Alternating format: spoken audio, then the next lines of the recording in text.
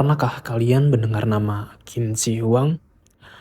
Sosok legendaris yang tidak hanya menyatukan Tiongkok, tetapi juga meninggalkan warisan abadi yang masih kita saksikan hingga hari ini. Dari prajurit terakota yang misterius hingga ambisi keabadiannya.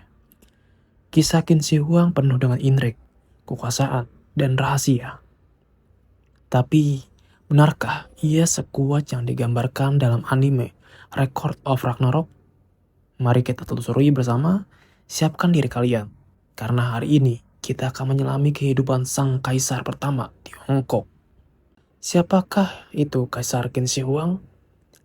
Untuk memahami siapa Qin Shi Huang, kita harus kembali ke masa Tiongkok kuno. Tepatnya periode negara-negara berperang.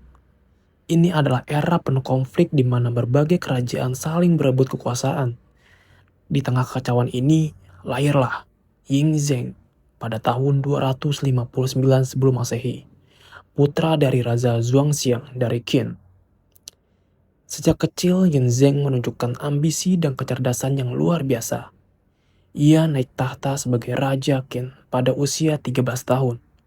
Namun, kekuasaan sejatinya dipegang oleh para menterinya.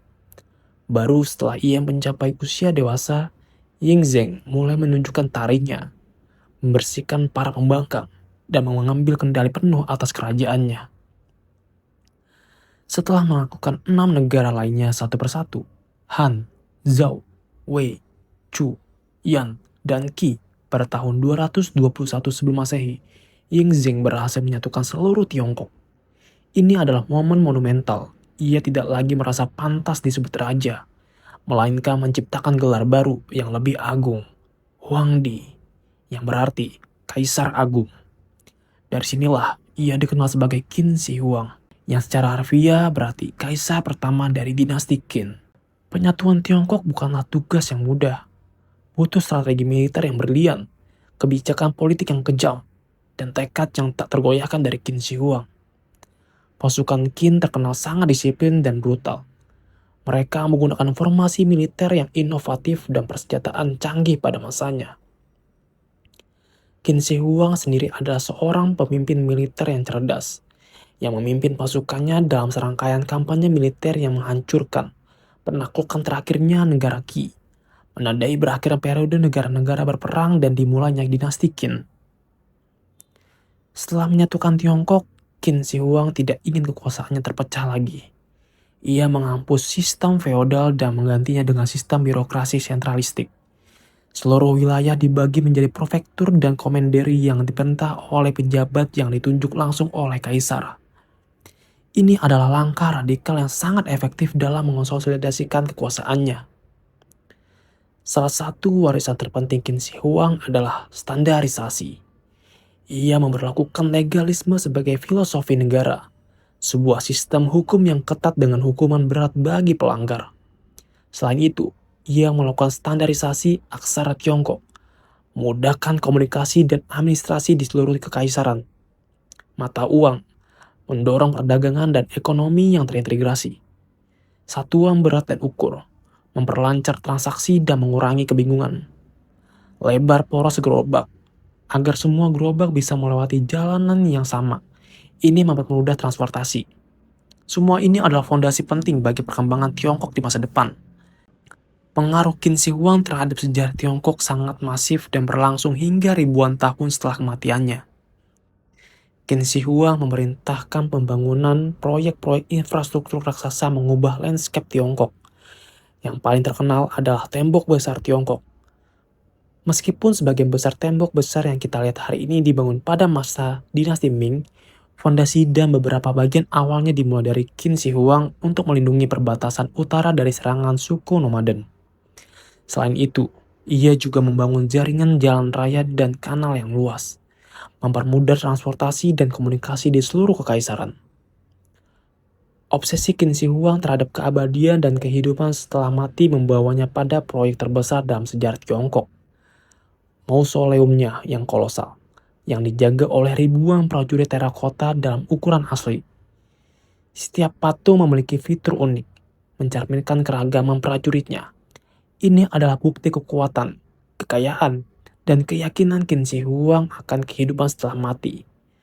Penemuan ini pada tahun 1974 adalah salah satu penemuan arkeologi terbesar sepanjang masa. Namun, tidak semua warisan Qin Shi Huang positif. Ia terkenal karena kebijakan pembakaran buku dan penguburan cendekiawan. Ia memerintahkan pembakaran sebagian besar buku yang tidak sejalan dengan ideologi legalismenya, terutama buku-buku Konfusianisme, dan mengeksekusi banyak sarjana.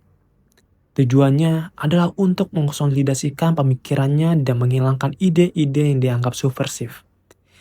Peristiwa ini menghancurkan banyak pengetahuan dan pemikiran kuno, meninggalkan bekas luka mendalam dalam sejarah intelektual Tiongkok. Sekarang, mari kita bahas pertanyaan yang mungkin paling dinanti. Apakah Qin Shi Huang sekuat yang digambarkan dalam anime seperti Record of Ragnarok? Dalam sejarah, kekuatan Qin Shi Huang bukanlah kekuatan fisik super seperti yang kita lihat di anime. Kekuatannya terletak pada kecerdasan strategis. Dia adalah seorang ahli strategis militer dan politik yang ulung. Tekad baja, keinginannya untuk menyatukan dan menguasai Tiongkok tidak tergoyahkan. Kekejaman dan ketegasan, ia tidak ragu menggunakan kekerasan ekstrim untuk mencapai tujuannya. Visi jauh ke depan, kemampuannya melihat gambaran besar dan merencanakan kekaisarannya yang stabil. Dia adalah seorang pemimpin yang karismatik, menakutkan, dan sangat efektif dalam mengendalikan kekuasaan. Kekuatannya adalah pengaruhnya, bukan ototnya.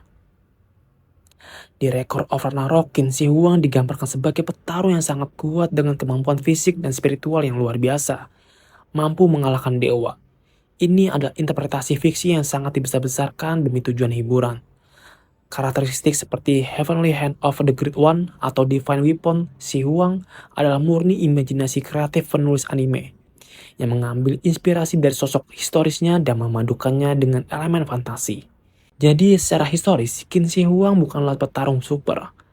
Kekuatannya adalah kekuasaan, kecerdasan, dan ambisi yang mengubah sejarah. Anime tersebut mengambil keagungan dan dominasinya, lalu menerjemahkannya ke dalam bentuk kekuatan fisik yang spektakuler.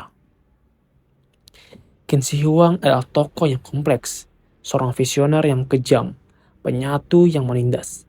Ia adalah kaisar pertama yang membentuk Tiongkok menjadi negara yang kita kenal sekarang, dengan warisan yang masih terasa hingga milenium kemudian. Meskipun kekuatannya di anime hanyalah fantasi, pengaruh historisnya adalah kenyataan yang tak terbantahkan.